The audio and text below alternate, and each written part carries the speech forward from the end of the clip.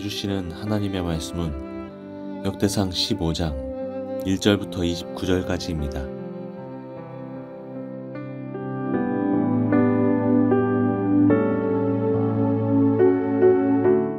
다윗이 다윗성에 자기가 살 궁궐을 지었다. 또 하나님의 궤를 둘 한 장소를 마련하고 궤를 안치할 장소에 장막을 치고 이렇게 말하였다.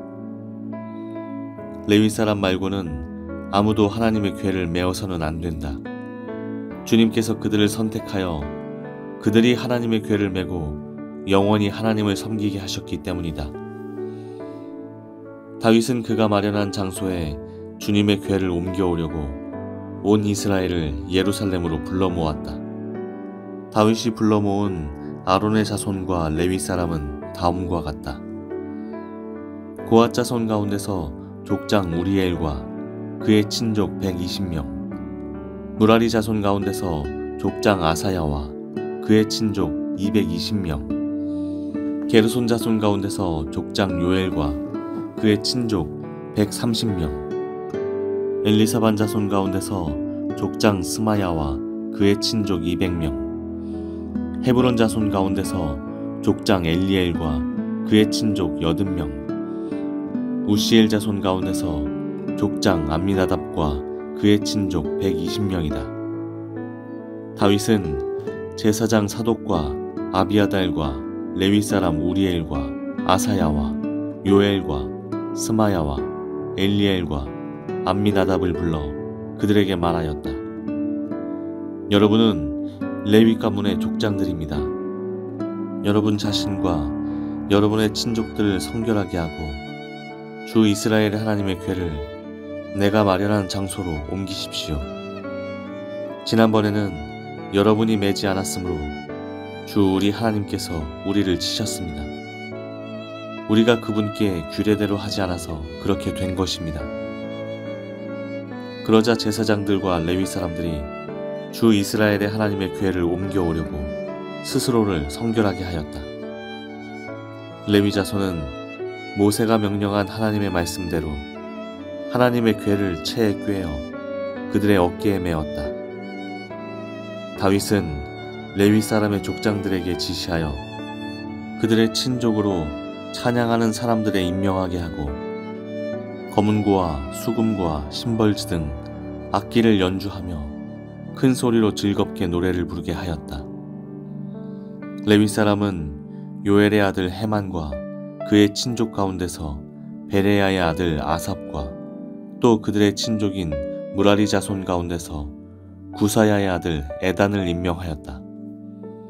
그들 말고 두 번째 서열에 속한 그들의 친족들은 스가랴와 벤과 야하시엘과 스미라못과 여히엘과 운니와 엘리압과 분하야와 마아세야와 마띠디아와 엘리블레후와 믹네야와 문지기 오베데돔과 여이엘이다.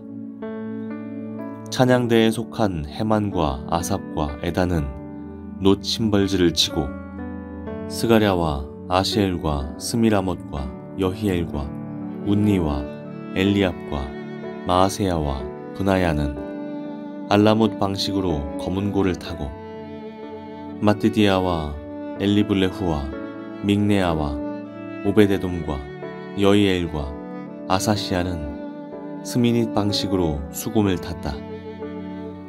레위 사람의 족장 그나냐는 지휘를 맡았다. 그는 음악의 조예가 깊었으므로 찬양하는 것을 지도하였다. 베레가와 엘가나는 궤를 지키는 문지기이다. 제사장인 스바냐와 요사밧과 느다네엘과 아마세와 스가랴와 분하야와 엘리에셀은 하나님의 궤 앞에서 나팔을 불었다. 오베데돔과 여히야는 궤를 지키는 문지기이다. 다윗과 이스라엘 장로들과 천부장들이 오베데돔의 집에서 주님의 언약궤를 옮겨오려고 기쁜 마음으로 그리로 갔다. 하나님께서 주님의 언약궤를 운반하는 레위 사람들을 도우셨으므로 그들이 숫송아지 7마리와 순양 7마리를 제물로 잡아서 바쳤다. 다윗과 하나님의 궤를 맨 레위 사람들과 찬양하는 사람들의 지휘자 그나냐가 모두 다 고운 모시로 만든 겉옷을 입고 있었으며 다윗은 모시로 만든 에봇을 입고 있었다. 온 이스라엘은 환호성을 올리며 뿔나팔과 나팔을 불고 심벌들을 우렁차게 치고 검은고와 수금을 타면서 주님의 언약궤를 메고 올라왔다. 주님의 언약궤가 다윗 성으로 들어올 때에 사울의 딸 미갈이 창밖을 내다보다가 다윗 왕이 춤추며 기뻐하는 것을 보고 마음속으로 그를 업신여겼다.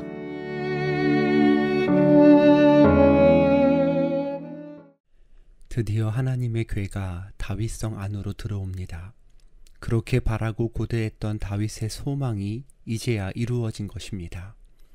하지만 이번에는 방법이 완전히 달라졌습니다. 이전의 실수를 되풀이하지 않기 위함입니다. 2절에 레위 사람 말고는 아무도 하나님의 궤를 메어서는 안 된다. 주님께서 그들을 선택하여 그들이 하나님의 궤를 메고 영원히 하나님을 섬기게 하셨기 때문이다. 13절 지난번에는 여러분이 매지 않았으므로 주 우리 하나님께서 우리를 치셨습니다. 우리가 그분의 규례대로 하지 않아서 그렇게 된 것입니다. 15절에 레위 자손은 모세가 명령한 하나님의 말씀대로 하나님의 궤를 채에 꿰어 그들의 어깨에 메었다. 여러분, 이제는 우리도 더 이상 실수하지 말아야 하겠습니다. 이제는 정말 하나님의 규례대로 해야 합니다. 하나님 방법으로 하나님식으로 해야죠. 그것이 옳은 길이었습니다. 그게 사는 길, 생명의 길이었다는 말입니다.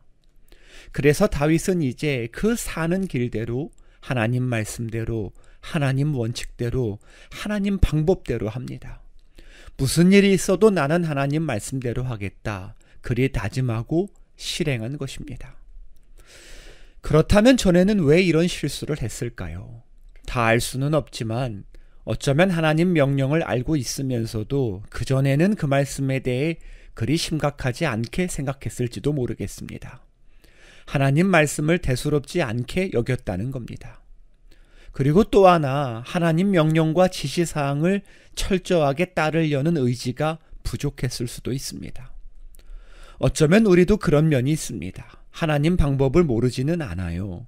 하나님 말씀도 웬만큼 다 알아요. 우리는 정답 찾기의 도사들이거든요. 근데 문제는 가끔, 아니 너무 자주 하나님 말씀을 대수롭지 않게 여긴다는 겁니다. 이 말씀이 우리 삶에 얼마나 중요한지를 다 모른다는 거죠. 왜 그런고 하니 예전에도 말씀에 순종하지 않았을 때 큰 문제 없었거든요. 말씀대로 하지 않았어도 정직하지 않아줘도 꽤 괜찮았거든요. 또 다른 사람들도 그렇게 말하는 이들이 있고 어떤 믿음의 사람들도 말씀대로 순종하지 않으면서도 잘 먹고 잘 사는 것처럼 보이거든요. 그러니 우리도 할 말이 있는 겁니다. 변명거리가 있어요. 사실 다 주님의 말씀대로 따르고 싶은 것만은 아니거든요. 내 마음대로 하고 싶은 부분이 있다, 그 말입니다. 그런데 그렇게 조금씩 틈을 주다 보니 어느 순간 댐이 무너지듯이 무너지게 되었습니다. 그래서 이런 엄청난 일들이 있었고 믿음이 무너지고 삶이 무너지고 돌이킬 수 없는 지경에 이르는 경우도 있더라는 겁니다. 어쩌면 그게 타협이라는 겁니다. 주님께서 그리 경고하셨던 새 속에 물든다는 게 이런 말인지도 모르죠. 그래서 이제 다윗은 더 분명히 하나님 말씀을 붙잡으리라 다짐합니다. 모든 것 위에 하나님의 말씀과 명령이 있음을 기억하면서 누가 뭐라 해도 난 주님의 말씀만 따른다, 그런 분명한 순종을 보이는 겁니다. 하나님의 말씀 앞에 그 누구도 어떤 권위도 어떤 의견이나 주장도 다 굴복해야 한다는 걸 깨닫게 된 것이죠. 우리도 이제 오늘 그런 마음으로 말씀대로의 삶을 도전하기를 바랍니다. 오직 말씀에 순종하는 하나님 백성으로, 하나님 종으로 이 하루를 살기를 소망하는 겁니다. 그런가 하면 또 하나, 오늘 큐티 본문 마지막 구절에도 주목하고 싶습니다.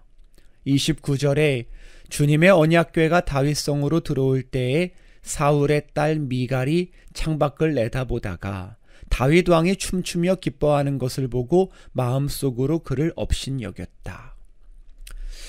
저는 이 미갈의 꼬인 심정과 태도가 참 안타깝게 느껴졌습니다. 지금 모두가 즐거워하는 축제 아닙니까?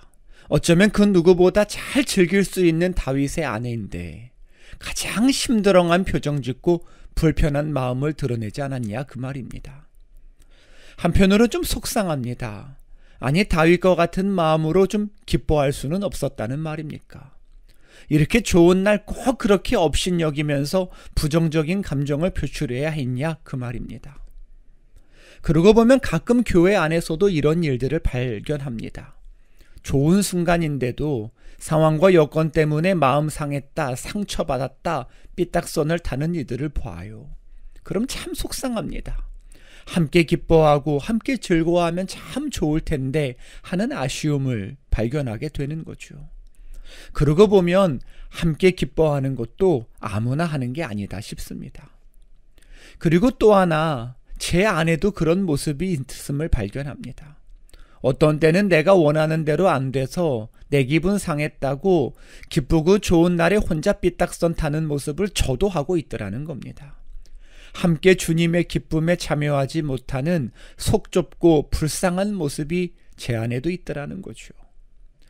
곰곰이 생각해 봅니다. 나도 왜 미갈 같은 모습이 있었을까? 그때를 돌이켜보면 하나님 마음보다 내 마음에 너무 집중했기 때문입니다. 내 기분과 생각에 사로잡혀 있다 보니까 함께 기뻐하지 못했다, 그런 생각이 듭니다. 여러분, 우리가 함께 기쁨에 동참할 수 있기를 바랍니다. 함께 하나님과 기뻐하고 함께 즐거워하고 한마음 한뜻으로 함께 주님께 영광 올리게 되기를 바랍니다. 더불어 나의 생각과 기분에 너무 매몰되지 않기를 바랍니다. 하나님의 법궤가 들어온 곳에 초점을 맞추면 되잖아요. 엄청난 일이잖아요. 얼마나 좋은 일입니까? 그러면 다윗과 함께 춤추며 기뻐할 수 있습니다. 다윗의 진심을 느낄 수 있다 그겁니다. 꼭 내가 원하는 모습이 아니어도 괜찮다 그 말이죠. 중심의 진실함을 보시는 하나님께서 다윗의 춤과 기쁨을 인정해 주시지 않았냐 그 말입니다.